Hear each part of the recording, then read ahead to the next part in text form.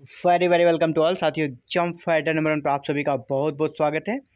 बात करेंगे जेटेट सिलेबस 2024 के बारे में। आप अवगत हैं कि जैक के द्वारा ऑफिशियल सिलेबस जारी कर दी गई है और ये काफ़ी डिमांड्स के बाद, काफ़ी आवाज़ उठाने के बाद और जारी की गई है, इसके बाद से बवाल मचा हुआ है। तो बवाल जो मचा हुआ है ना, आप देख पा रहे होंगे सोशल मीडिया पे, और आप भी शायद सदमे में होंगे, डरे होंगे, नए स्टूडेंट होंगे तो पता नहीं ये सिलेबस कैसे कवर होगा। साथियों, जो भी बवाल मचा हुआ है आप सभी को बता दें, और बिल्कुल मचना चाहिए क्योंकि ये सिलेबस बहुत ही हार्ड किया गया है और वो 6 to 8 के लिए। 6 to 8 में जो बीएड वाले एग्ज़ाम देंगे या डीएलएड वाले जो ग्रेजुएट हैं वो 6 to 8 का फॉर्म भरेंगे, लेवल 2 का फॉर्म भरेंगे, उनके लिए तो बहुत ही टिपिकल ये सिलेबस जारी किया गया है। और आप देखते होंगे बहुत सारे संस्थान भी कह रहे हैं कि ये तो आईआईटी लेवल का सिलेबस है ना, आईआईटी लेवल का सिलेबस है।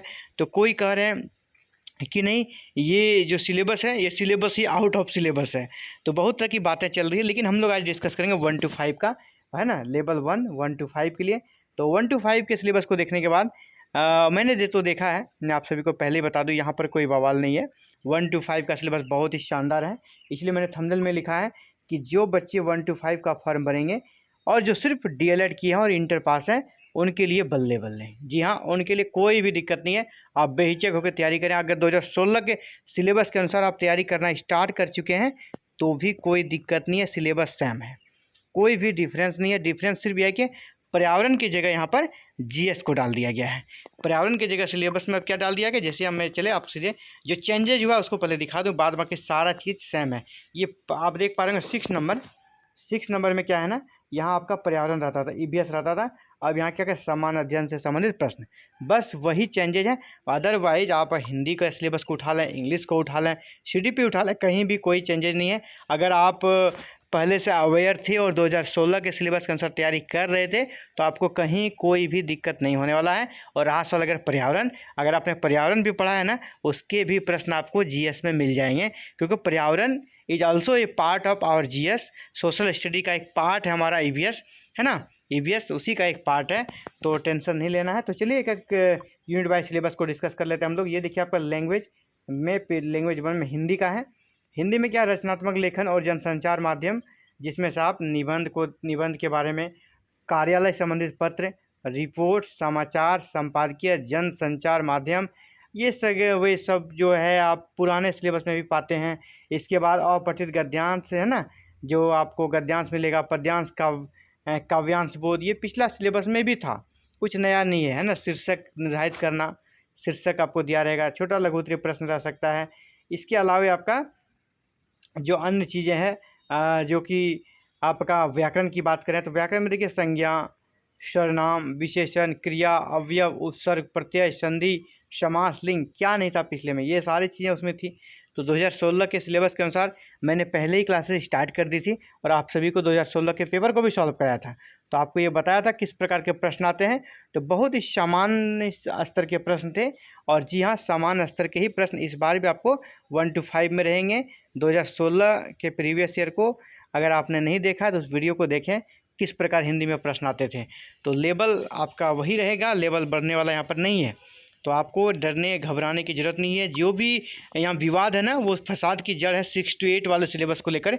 इन्होंने गलत तरीके से यहाँ पर एक तरह से कह सकते हैं उसको संभालने का काम किया, और एक तरह से सिलेबस जो बनाया है ना, वो सिलेबस निश्चित ही इनके लेवल से कई गुना ज़्यादा है, इनके लेवल से कई गुना सिलेबस ज़्यादा है। वो ग्रेजुएट लेवल का सिलेबस इन्होंने डाला है। और यहाँ पर अगर हम लोग देख रहे हैं, जब पेपर 1 में लेंगे, लेवल 1 में, तो देखिए इंग्लिश की बात करें तो इंग्लिश में भी आपका क्या है, अनसीन पैसेज है और कंप्रीहेंशन है। अनसीन पैसेज पिछले बार भी था, इस बार भी है। टेंस है, वॉइस है, नरेशन है और फ्रेजेज है और सिनोनिम्स और एंटोनिम्स है। कुछ भी नया नहीं है और मैं तो ये कहना चाहूँगा कि सिलेबस पिछले बार से कम किया गया है। तो आप सभी को जो 1 to 5 का जिन्होंने फॉर्म भरा है उनको कोई भी दिक्कत नहीं होने वाली है, और ये सिलेबस उनके लिए शानदार है। अगर लैंग्वेज 1 में जिनका उर्दू है, उर्दू के लिए यहाँ पर सीधे साफ साफ लिख दिया गया है कि as per intermediate examination syllabus conducted by JAC, जो कि जैक के द्वारा इंटरमीडिएट का सिलेबस होता है उर्दू विषय के लिए, वही सेम यहाँ पर आपका रहने लगा है। मैथ की बात करें, मैथ में भी गिने चुने आपके चैप्टर्स हैं। डिफरेंशियल कैलकुलस है, इंटीग्रल कैलकुलस है, कोऑर्डिनेट ज्योमेट्री है, ट्रिग्नोमेट्री है, अलजेब्रा एंड प्रोबेबिलिटी है। तो मैंने पहले ही क्लासेस जो लिया था ज्योमेट्री का लिया था, मुझे पहले से पता था कि ज्योमेट्री तो 1 to 5 के लिए बेसिक है, क्योंकि आप अगर 5-6 के बुक्स को उठाते हैं ना, आपको वहाँ ज्योमेट्री ज़्यादा मिलेगा, है ना। और अलजेब्रा बहुत सामान्य अलजेब्रा रहता है, जो कि जोड़ घटाव गुना भाग तक आपका लिमिट रहता है, इसका लिमिटेशन बहुत ही ज़्यादा सीमित है। तो मैथ में भी कहीं कोई दिक्कत नहीं है। अगर सीडीपी की बात करें, सीडीपी में देखिए सेम टू सेम आपके 2016 वाले सिलेबस को यहाँ पर रिपीट किया गया है, जिसमें बाल व्यवहार एवं अध्ययन है, व्यवहार के क्या सिद्धांत है, इन सभी को देखें तो सीडीपी का सिलेबस सबसे बड़ा है। तो हाँ, पिछले बार भी बड़ा था सीडीपी का सिलेबस, क्योंकि ये जो डाला गया सिलेबस आपका 6 to 8 और 1 to 5 के सिलेबस को हम लोग बहुत तरीके से पूरे डिफाइन अलग नहीं कर सकते, डिफरेंट नहीं है, बहुत सारी 6 to 8 की भी चीज़ें हैं, लेकिन यहाँ पर उनका लेवल जो है ना थोड़ा लो रहेगा। तो सीडीपी का सिलेबस है ना, देख लें आप। तो ये सारे आपके सीडीपी में कितने यूनिट हो जाते हैं।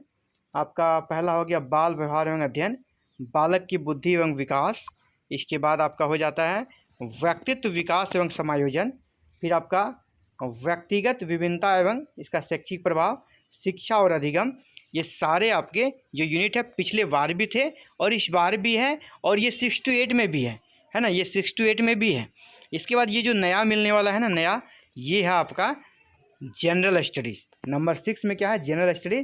जनरल स्टडी में आपको समान अध्ययन से संबंधित प्रश्न, कुछ भी नहीं डिटेल्स इन्होंने दिया है कहाँ से प्रश्न आएगा, तो ये आपका दिमाग ख़राब करेगा ये वाला यूनिट। तो इसमें अगर आप जनरल कंपटीशन की प्रिपरेशन करते हैं ना, तो समान अध्ययन का प्रश्न आप जरूर करते होंगे। अगर आपको समान अध्ययन के प्रश्नों को देखना है तो आप सीधे अभी फ़िलहाल 1 to 5 के जो कह सकते हैं जो बुक्स हैं, सबसे पहले आप उसको देखें। वहाँ पे आपका जो सोशल साइंस की जो बुक है, सोशल साइंस तो उसको नहीं कहेंगे हम लोग, वहाँ पर्यावरण के नाम से है, उस बुक को आप देखें। इसके बाद जब वो कंप्लीट हो जाए तब आप सीधे जो सोशल साइंस इतिहास है ना, ये जहाँ पे हिस्ट्री है, सिविक्स है, ज्योग्राफी है, इकोनॉमिक्स, ये सारे रिलेटेड जो बुक्स हैं आपका समान अध्ययन का, वो आप 8 लेवल तक के लेकर चलें, 8 लेवल तक को लेकर चलें, उसको कंप्लीट करें। स्टेप बाय स्टेप में बता रहा हूँ। 1 to 5 के बुक्स को पहले देख लें, फिर 8 तक के बुक को देख लें, और लास्ट में आप 10 तक के बुक, 12 को नहीं देखना आपको, है ना, 10th 9th और 10th के बुक को फिर आप देख लेंगे, 3 यूनिट में देखें। स्टेप बाय स्टेप ही आपको पढ़ना, अचानक से आप ऐसा नहीं कि 9 to 10 के हम सोशल स्टडीज़ को लेके बैठ जाए, नहीं, आपको पहले 1 to 5 का देख लेना है। 1 to 5 को मैं आपको बता दूं, अगर आप सीरियस स्टूडेंट हैं आप देखेंगे मुश्किल से 3 से 4 दिन लगने वाला है, सारा कंप्लीट हो जाएगा।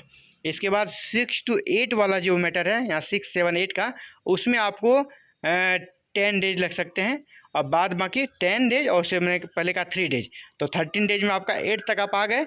9 और 10 2 क्लासेस के लिए फिर आप, और बहुत अच्छे से अगर करना चाहते हैं तो 8 से 10 दिन इधर जोड़ लीजिए, ठीक है। तो आपका ऐसे ही पूरा कंप्लीट होगा, वहाँ से बाहर एक भी प्रश्न नहीं जाएगा। आप अगर बुक के चक्कर में रहेंगे, इधर उधर के चक्कर में रहेंगे, तो फिर आपको दिक्कत होगा। आपको सिर्फ वहीं तक लिमिट रहना है, क्वेश्चंस वहीं से आएंगे और डायरेक्ट प्रश्न आएंगे, क्योंकि आप पिछले 2016 में जो पूछा गया था ना, वो एनसीईआरटी के बुक को इन्होंने बेस्ट बनाकर 80% प्रश्न पूछ लिया था, ठीक है। तो आपको वहीं पे करना है। और लास्ट जो आपका लैंग्वेज सब्जेक्ट, आप जो लैंग्वेज रखेंगे, जो भी आपका लैंग्वेज है, आप हिंदी, अंग्रेजी, उर्दू, संथाली, बंगला, मुंडारी, मुंडा, हो, खड़िया, कुड़ुक, कुरमाली, खोरठा, नागपुरी, पंचपरगनिया, उड़िया, संस्कृत, इसमें से आपको जो भी रखना है, आप जो रखे होंगे, आपने फॉर्म भरा है, तो उसमें जो प्रश्न आएगा तो उनका यहाँ पर डिटेल्स सिलेबस, इसमें आप देख नहीं पा रहे हैं कि कहीं पे सिलेबस नहीं है, तो उसमें जो भी आप कम्पिटिटिव का प्रिपरेशन जो कि करते हैं बच्चे, उनकी जो बेसिक सबसे पतली जो बुक होगी ना, उस बुक को लेकर आप प्रिपरेशन करें, उस बुक को लेकर प्रिपरेशन करें कि यहाँ पे आपको बेसिक स्तर के प्रश्न पूछे जाएंगे। और वो मैक्सिमम आपका लेवल कहाँ रहेगा, इंटरमीडिएट लेवल का आपका रहेगा। इंटरमीडिएट लेवल तक अगर कोई बच्चा का जो अगर हिंदी है वहाँ पर, या फिर उर्दू है, खोरठा है, तो उसी सिलेबस को यहाँ पर फॉलो किया जाएगा इनमें से। तो आपका 1 to 5 में कहीं कोई विशेष ऐसा सिलेबस नहीं नज़र आया होगा आपको, जो कि कह सकते हैं कि बवाल मच गया हो और हाय तौबा हो रहा है कि ये आउट ऑफ सिलेबस हो गया है।